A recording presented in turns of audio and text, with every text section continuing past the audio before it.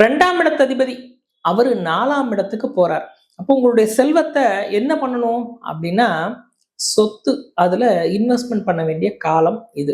இவங்களுடைய ப்ரொஃபஷன் எல்லாமே பார்த்தீங்கன்னா, பேச்சு அல்லது தணிக்கை அல்லது இந்த மாதிரி அறிவு சார்ந்து, கல்வி சார்ந்த விஷயங்களாவே இவங்களுடைய தொழில் இயல்பாவே நார்மலா இந்த இதுல பிறந்தவங்களுக்கு இருக்கும். தனுசை பொறுத்த மட்டும் சனி தன்னுடைய 3ஆம் பார்வையாக 6ஆம் இடத்தை பார்வை செலுத்த போறார். அப்போ 6ஆம் இடம்ங்கிறது நோய் வழக்கு சார்ந்த விஷயத்துக்கு ஆதிபத்தியம் கொண்டது. நோய் சார்ந்த விஷயங்கள் ஏற்படுறதுக்கு சில வாய்ப்பு உண்டு. உடனடியாக சின்ன சின்ன பிரச்சனை வந்தா கூட உடனடியாக மருத்துவரை அணுகணும். ஓம் ஸ்ரீ ஆதித்யாய சசோமாய மங்களாய புதாயச குரு சுக்ர சனிப்பியச ராகவே கேதவே நம. நவக்கிரக நாயகர்களுக்கு எனது வணக்கங்கள். அம்மன் அருள் சேனல் நேயர்களுக்கு எனது மனமார்ந்த வணக்கங்கள். சார், வாக்கியப்படி சனி பயிற்சி ஆரம்பிக்க போகுது. அது எப்போ ஆரம்பிக்குது, என்னெல்லாம் அது பண்ண போகுது? மார்ச் மாதம் 6ஆம் தேதி காலையில 8:24க்கு கும்பராசியிலிருந்து மீனராசிக்கு பயிற்சி ஆக போகுது. சார், நம்ம வாக்கியப்படி பார்க்கணுமா இல்ல திருக்கணிதப்படி பார்க்கணுமா? 2 முறையில பார்த்துக்கிட்டு இருக்காங்க. இதுல நம்ம எதை கூர்ந்து கவனிக்கணும், எதை நம்ம பார்க்க போகணும்? இப்போதைக்கு வாக்கியப்படி வரப்போகுது. ஆல்ரெடி ஏற்கனவே பஞ்சாங்கத்துல திருக்கணிதப்படி வந்துருச்சு. இப்ப நம்ம வாக்கியப்படி வரப்போகுதுன்னு சொல்றாங்க. இது நம்ம எப்படி பார்க்கணும்? வாக்கியத்தை பொறுத்த மட்டும் வாக்கியம் திருக்கணிதம் அப்படிங்கிற முறைகள் எல்லாமே பார்த்தீங்கன்னா, ஆலயத்துக்காக ஒரு விஷயத்திலையும் தனி மனிதர்கள் ஜாதகம் பார்க்கறதுக்காக ஒரு வகையும் பயன்படுத்துவது மரபு. அதுல இப்ப நம்ம பார்க்க இருக்கிறது வாக்கிய கணிதத்தின்படி பெயர்ச்சி ஆகக்கூடிய விஷயங்கள்ல சனி என்ன தாக்கத்தை தரப்போறார், இன்பமா துன்பமா என்ன செய்ய போறாருங்கிறத இப்ப நம்ம பார்க்க போறோம். நவக்கிரகங்கள்ல சனியை பார்த்தா மட்டும் நம்ம பயப்படுறோமே, அது எதுனால? மற்ற பயிற்சியெல்லாம் பார்த்தா பயம் இல்லை. பட் ஆனா சனியை பார்த்தா மட்டும் பயம். அது 2.5 வருஷம் வேற இருக்க போகுது. இப்போ மற்ற பயிற்சியெல்லாம் கொஞ்ச நாள்லயே போயிருது. இது மட்டும் ஏன் இவ்வளவு தூரம் இவ்வளவு நாட்கள் எடுத்துக்குது? நல்ல கேள்வி. இப்போ சூரியன் தான் சூரிய குடும்பத்தின் தலைமை பொறுப்புல இருக்கக்கூடியவர் யாரு அப்படின்னா சூரியன். சூரியனுக்கு மிக அருகாமையில் இருக்கக்கூடிய கோள்கள் அப்படின்னா புதன். அப்போ அது கொஞ்சம் ஒரு மாத காலத்துக்குள்ள ஒரு 28 நாளுக்குள்ள ஒரு சுழற்சியை முடிச்சிருவார். அதனாலதான் அடுத்து பாத்தீங்கன்னா நீங்க சுக்கிரன் அவரும் கிட்டத்தட்ட 27ல இருந்து 30 அந்த தினங்களுக்குள்ள ஒரு சுழற்சியை முடிச்சிருவார். அடுத்து செவ்வாய் இருக்காரு. செவ்வாய் என்ன பண்ணுவாரு, 45 தினங்கள் ஆகும். அதை விட கொஞ்சம் தொலைவில் இருக்கக்கூடிய குரு 1 வருட காலம் ஆகும். அடுத்து மிகவும் தொலைவில் இருக்கக்கூடிய கிரகமான சனி 2.5 வருட காலம் எடுத்துக்கும்.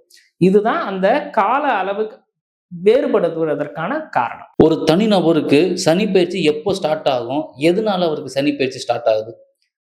ஒவ்வொரு தனி மனிதனுக்குமே ஒவ்வொரு கோள்கள் மீதான பயிற்சியிலையும் ஒரு தாக்கம் இருக்கும். அது என்ன மாதிரியான தாக்கம் அப்படின்னா, நவகிரகங்களுக்குமே ஒவ்வொரு மனிதனுடைய வாழ்க்கையிலும் பங்களிப்பு உண்டு. அப்போ சூரியன் என்ன பண்ணுவாரு, சந்திரன் என்ன பண்ணுவாரு, இப்ப பயிற்சியை பொறுத்த மட்டும் பாத்தீங்கன்னா, இப்ப நம்ம பார்த்தோம் கால அளவை பார்த்தோம். ஒரு ராசி கட்டத்தை சூரியன் பயணிக்கிறதுக்கு 30 தினங்கள் எடுத்துக்கொள்ளும். சந்திரன் பயணிக்கிறதுக்கு 2.25 நாளுக்குள்ள பயணிச்சிடும். அடுத்து பாத்தீங்கன்னா செவ்வாய் 45 தினம், புதன் 1 மாதம், தோராயமாக 1 மாதம், சுக்கிரனும் அதே மாதிரி. அடுத்து குரு பாத்தீங்கன்னா 1 வருட காலம், ராகு கேது 1.5 வருட காலம் ஆகும். ஆனா ஒரே ராசியில 2.5 வருடம் பயணிக்கும். அதனாலதான் சனியினுடைய பெயர்ச்சி ஒரு பிரதானமாக பார்க்கிறோம். ஏன்னா ஒரு 2.5 வருட காலம்ங்கிறது மற்ற கிரகங்களை ஒப்பிடும்போது ஒரு நீண்ட கால அளவு. அதனால அதை ரொம்ப முக்கியப்படுத்தி பார்க்கறாங்க. ஆனா இது பயப்பட தேவையில்லை. எல்லா கோளும் நல்ல கோள் அல்ல, எல்லா கோளும் கெட்ட கோளும் அல்ல. இப்போ இயற்கை சுபர் அப்படின்னு சில கிரகங்கள் இருக்கு, இயற்கை பாபர் அப்படின்னு சில கோள்கள் ஜோதிட சாஸ்திரத்துல சொல்லப்படுது. ஆனா இந்த சனி பகவான் ஒவ்வொரு ராசிக்கும் அவங்களுடைய ஜென்ம ஜாதகத்துல ஜனன ஜாதகத்துல என்ன மாதிரி தன்மையில இருந்திருக்காருங்கிறதையும் சேர்த்து இதை பார்க்கணும். இப்ப நம்ம பயிற்சி பலன்கள் பார்க்கறதுங்கிறது ஒரு பொது பலன் தான். ஆனாலும் அவங்களுக்கு நடக்கக்கூடிய திசாபுத்தியின் அடிப்படையில இந்த கோச்சாரத்தையும் இணைத்து பார்க்கும்போதுதான் இதனுடைய முழுமையான பலனை பார்க்க முடியும். இப்போ நவக்கிரகங்கள்ல சனியை பார்த்தா மட்டும் ஒரு பயம் வருது எல்லாத்துக்கும் ஆட்டோமேட்டிக்கா. மற்றதெல்லாம் பார்த்தா கூட ஒன்றும் பிரச்சனை இல்லை. ஆனா சனி பயிற்சின்னு வந்துட்டா ஆட்டோமேட்டிக்கா ஒரு பயம் வந்துருது. அது எதனால? அது காலங்காலமாவே அதுல நம்ம மனசுல பதிக்கப்பட்டிருக்கு. அப்படிலாம் எதுவுமே இல்லை. இப்போ ஒவ்வொரு வீட்டுக்கும் ஒரு ஆதிபத்தியம் இருக்கு. மேஷ ராசியை பொறுத்த மட்டும் பாத்தீங்கன்னா செவ்வாய் அதிபதி, ரிஷபத்துக்கு பாத்தீங்கன்னா சுக்கிரன் அதிபதி, மிதுனத்துக்கு புதன் அதிபதி, அப்போ இவருக்கு கடகத்துக்கு பாத்தீங்கன்னா சந்திரன் அதிபதி, சிம்மத்துக்கு சூரியன் அதிபதி, கன்னிக்கு புதன் அதிபதி, துலாமுக்கு பாத்தீங்கன்னா சுக்கிரன் அதிபதி, விருச்சிகத்துக்கு செவ்வாய், தனுசுக்கு குரு, மகர கும்பத்துக்கு பாத்தீங்கன்னா சனி அதிபதி, மீனத்துக்கு குரு அதிபதி. சோ ஒவ்வொரு இடத்துக்கும் ஒரு ஒரு ஆதிபத்தியத்தை கொண்டு ஒவ்வொரு கிரகமும் செயல்படுது. இப்போ ஒவ்வொரு ராசி கட்டத்துக்கும் பாத்தீங்கன்னா இதனுடைய உச்ச வீடு பாத்தீங்கன்னா துலாம்ல அமையுது, நீச வீடு பாத்தீங்கன்னா மேசத்துல அமையுது, இதனுடைய ஆட்சி வீடு அப்படின்னு சொல்றது மகரமும் கும்பமாக அமையுது. மற்ற வீடுகள் பாத்தீங்கன்னா நட்பாகவும் பகையாகவும் அமையும். அப்போ இதனோடு சேர்ந்த கோள்கள் இது அந்த பாவத்துக்கு அவங்களுடைய ராசிக்கு அது எத்தனாம் பாவத்துல இருக்குங்கிறத பொறுத்துதான் அதனுடைய நன்மை தீமையை நம்ம இந்த இடத்துல பார்க்கலாம். இப்ப சனியை பத்தி கூடுதல் தகவலுக்கு ஜோதிட ரீதியாக சில அனுபவங்கள், உங்களுக்குள்ள அனுபவங்கள்லாம் பார்த்தா கொஞ்சம் பகிர்ந்து கொள்ளுங்களேன். இப்போ மகர கும்பம் ஆட்சி வீடா இருக்கு, உச்ச நீச வீடா மேஷமும் துலாமும் இருக்கு, அதை பார்த்தோம் இல்லையா? சனியினுடைய நாள்னு நம்ம எதை குறிக்கிறோம்? சாட்டர்டே, சனிக்கிழமைய அவருக்கு உரிய நாளாக குறிக்கிறோம். இன்னொன்னு என்னது? பூசம், அனுஷம், உத்திரட்டாதி, இந்த மூன்றுமே சனியினுடைய நட்சத்திரங்களாக நம்ம பார்க்கிறோம். அடுத்து சனியினுடைய கிரகத்தினுடைய வாகனம் அப்படின்னு சொல்லிட்டு ஆன்மீக ரீதியா எதை சொல்றாங்கன்னா காகம், அதை சொல்றாங்க. அடுத்து பாத்தீங்கன்னா சனியினுடைய சமித்தாக வன்னிமர குச்சிகள் அவருக்கு உரிய சமித்தாக சொல்றாங்க. அவருக்குரிய உலோகமாக இரும்பு அத சொல்லப்படுது. சனி ஒரு ஜனன ஜாதகத்துல அவருடைய திசா புத்தியாக 19 வருட காலம் அவர் ஆட்சி செய்வார். அது திசா புத்தியில இது கோச்சாரம். கோச்சாரம்ங்கிறது ஒரு ராசி கட்டத்துக்குள்ளது. திசா புத்திங்கிறது சனி பகவானுக்குரிய ரத்னங்களாக நீலக்கல் குறிப்பிடப்படுது. இதெல்லாமே ஜோதிட சாஸ்திரத்துல குறிப்பிடப்படுது. சனி பயிற்சிங்கிறது சனி வந்ததுக்கு அப்புறம் தான் அந்த பலனை தருவாரா, இல்ல வர்றதுக்கு முன்னாடியே அவர் தர ஆரம்பிச்சிருவாரா, இல்ல வந்ததுக்கு அப்புறம் தான் அவருடைய பலன்களை தர ஆரம்பிப்பாரா? இது எப்படி சார்? நல்ல கேள்வி. நவ கிரகங்களுமே ஒவ்வொரு ராசி கட்டத்துக்கு பயணிக்கிறதுக்கு முன்னாடியே பலன் தருமா, இல்ல வந்த பிறகு பலன் தருமான்னு கேக்குறீங்க. ஆமா. புயல் ஒண்ணு ஆரம்பிக்குதுன்னா காத்து முதல்ல வர்றது இல்லையா? அது போல பெயர்ச்சி ஆகிறதுக்கு முன்னாடியே இப்ப சூரியன் ஒரு ராசிக்கு பயணிக்கிறதுக்கு 4 நாட்களுக்கு முன்னாடில இருந்தே அதோட எஃபெக்ட தருவார். சந்திரன் பாத்தீங்கன்னா ஒரு 3ல இருந்து 4 நாளிகைக்கு முன்னாடில இருந்தே தருவாரு. செவ்வாய் பாத்தீங்கன்னா 8 தினங்களுக்கு முன்பாகவே தருவாரு. புதன் 7 தினங்களுக்கு முன்பாகவே தருவாரு. குரு, ராகு, கேது இவங்கெல்லாம் பாத்தீங்கன்னா பெயர்ச்சி அடைகிறதுக்கு 2 மாதங்களுக்கு முன்பாகவே அதனுடைய தாக்கத்தை ஏற்படுத்துவார். சனி கிரகத்தை பொறுத்த மட்டும் பாத்தீங்கன்னா 4 மாதத்துக்கு முன்பிருந்தே அவருடைய தாக்கத்தை வெளிப்படுத்தும். சனி பார்வைன்னு சொல்றாங்கல்ல, இப்போ சனி பார்வை இருக்கிற இடத்துகளுக்கு தான் அதோட பாதிப்பு வருங்களா, இல்ல அது எப்படின்னு கொஞ்சம் எக்ஸ்பிளைன் பண்ணுங்க சார். குரு நின்ற இடம் பாழ், பார்க்கும் இடம் சிறப்பு. குருவுக்கு பாத்தீங்கன்னா 5, 7, 9ஆம் இடத்தை பார்வை செலுத்துவார், அங்க சுப பலனை தருவார். ஆனா சனி பொறுத்த மட்டும் இருக்கும் இடம் சிறப்பு, பார்க்கும் இடம் அங்கதான் தாக்கத்தை தருவாரு. இவருக்கு பாத்தீங்கன்னா 3, 7, 10ஆம் பார்வை உண்டு. இப்ப சூரியனுக்கு பாத்தீங்கன்னா 7ஆம் பார்வை மட்டும்தான், சந்திரனுக்கு 7ஆம் பார்வை தான், செவ்வாய்க்கு 4, 7, 8ஆம் இடங்களை பார்வை செலுத்துவாரு. புதன், சுக்கிரன் எல்லாம் பாத்தீங்கன்னா 7ஆம் பார்வை தான். குருவை பாத்தீங்கன்னா 5, 7, 9, ராகு, கேது 3, 7, 11 பார்வை செலுத்துவார். சனி 3, 7, 10ஆம் இடத்தை பார்வை செலுத்துவார். ஒவ்வொரு ராசிக்கும் அந்த 3, 7, 10ங்கிறது எந்த பாவமா அமையுதோ அந்த இடத்திற்கு சில விளைவுகளை ஏற்படுத்துவார்னு ஜோதிட சாஸ்திரம் சொல்லுது. சார், இப்போ சனியில ஜென்ம சனினா என்ன, விரய சனினா என்ன, லாப சனினா என்ன, இந்த மாதிரி சனியிலே பல வகை சொல்றாங்க. இது எப்போ யாராருக்கு எப்படி வரும், எதனால விரய சனி வரும், யாரால ஜென்ம சனின்னு வருது, இதெல்லாம் எதனால வருது சார்? இப்போ மீன ராசியில சனி கிரகம் இருக்க போகுது, பெயர்ந்திருக்கு இல்லையா? இதுக்கு பேர் தான் ஜென்ம சனி. அடுத்து பாத்தீங்கன்னா மேசராசி. மேசராசிக்கு சனி இப்ப எங்க இருக்காரு? 12ல இருக்காரு. அதனால இதை என்ன சொல்றோம்? விரய சனின்னு சொல்றோம். சிலர் இதை 7.5 சனி அப்படின்னு சொல்லுவாங்க. ரிஷபத்துக்கு பொறுத்த மட்டும் பாத்தீங்கன்னா லாபஸ்தானத்துல இருக்கு. அதனால அதை லாப சனி அப்படின்னு சொல்லுவாங்க. மிதுனத்தை பாத்தீங்கன்னா சனி இப்போ வந்து 10ஆம் இடத்துல இருக்கிறதுனால அதை கர்ம சனி அப்படின்னு சொல்லுவாங்க. கடகத்தை பொறுத்த மட்டும் 9ஆம் இடத்துல இருக்கிறதுனால அதுக்கு பேர் பாக்ய சனி அப்படின்னு சொல்லுவாங்க.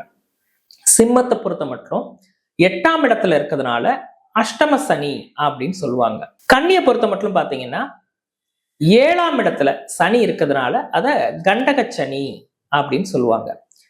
துலாம் பொறுத்த மட்டும் 6ஆம் இடத்தில் சனி இருக்கிறதுனால ரோக சனி அப்படின்னு சொல்லுவாங்க.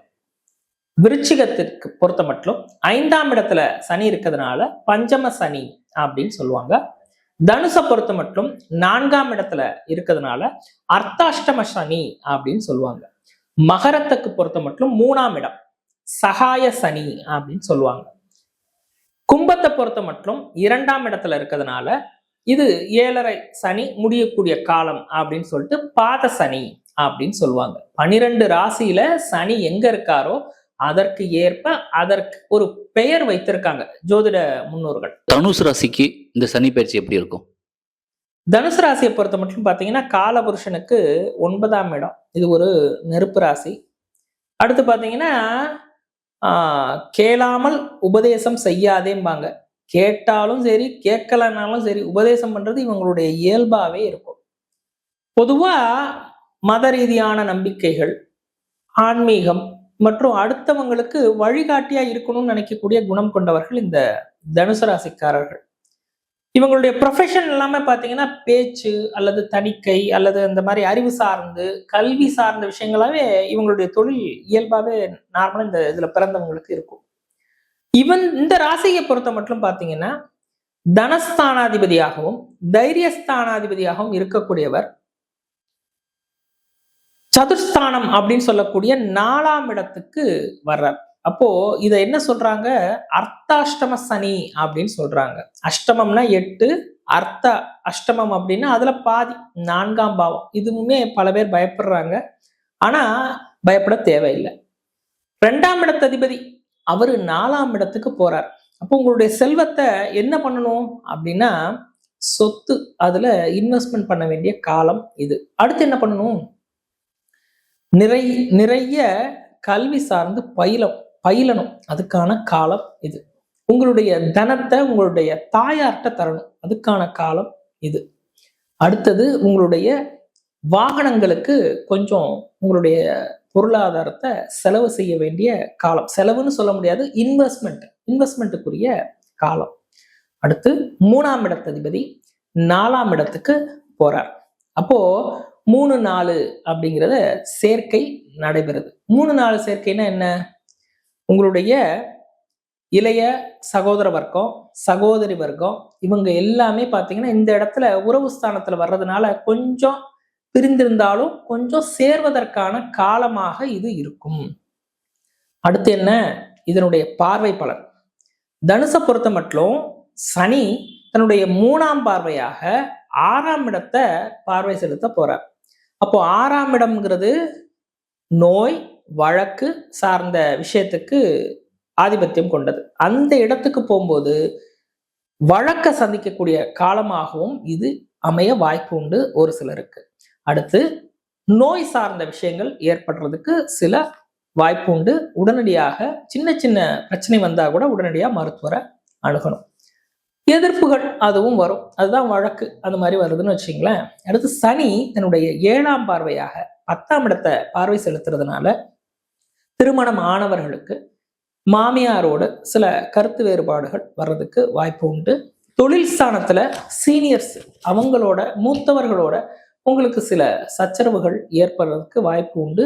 தொழில்ல சில தடை தாமதங்கள் ஏற்படுறதுக்கு வாய்ப்பு உண்டு. நீங்க ஒரு டயத்துக்கு ஒரு விஷயம் செய்யணும்னு தொழில கவனம் செலுத்துவீங்க, அந்த காலதாமதம் ஆகும், அது நடக்கும்.